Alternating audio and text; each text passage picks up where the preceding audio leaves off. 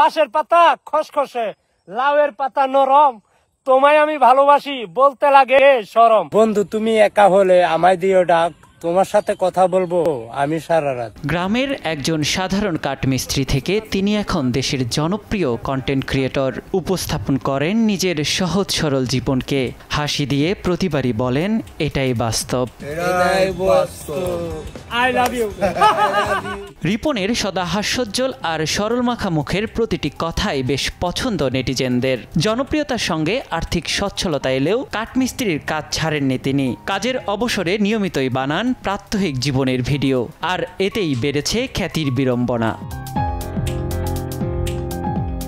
সাংবাদিক পরিচয়ে পরিবারকে হেনস্থার অভিযোগ এনেছেন রিপন মিয়া। ইন্টারভিউ না দিলে প্রাণনাশের হুমকিও দেয়া হয়েছে বলে জানান তিনি। তার এমন বিস্ফোরক অভিযোগে সরগরম নেট দুনিয়া। এ ঘটনায় রিপন মিয়ার পাশে দাঁড়িয়েছেন জনপ্রিয় ইউটিউবার ও অভিনেতা সালমান মুক্তাদির। রিপনকে উদ্দেশ্য করে সালমান লিখেছেন, আপনার যে জ্ঞান এবং মূল্যবোধ আছে তা যদি আমাদের সবার থাকতো তাহলে আজকে আমরা একটা শিক্ষিত জাতি হিসেবে পরিচিত হতাম। হয়রানির এই সংস্কৃতিকে মোকাবেলা করার কোনো উপায় নেই।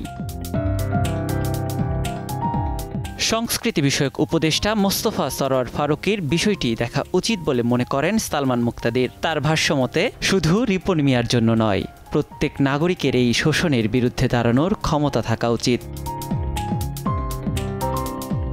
শঙ্কা প্রকাশ করে সালমান জানান, রিপন মিয়া একজন রত্ন। যদি আমরা তার মতো মানুষের যত্ন না নিই তাহলে তাকেও হারাতে চলেছি। আমাদের আরও দয়া, আন্তরিকতা, যত্ন এবং ভালোবাসা দরকার। দেশ এসবের সবটুকু হারিয়েছে।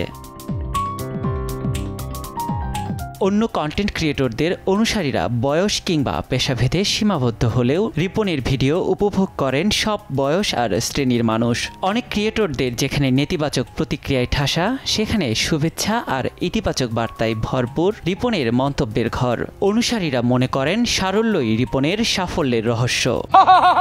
বন্ধু তুমি একা হলে আমায় দিও ডাক, তোমার সাথে কথা বলবো আমি সারা রাত। নিয়াজ শুভ, সময় সংবাদ, ঢাকা।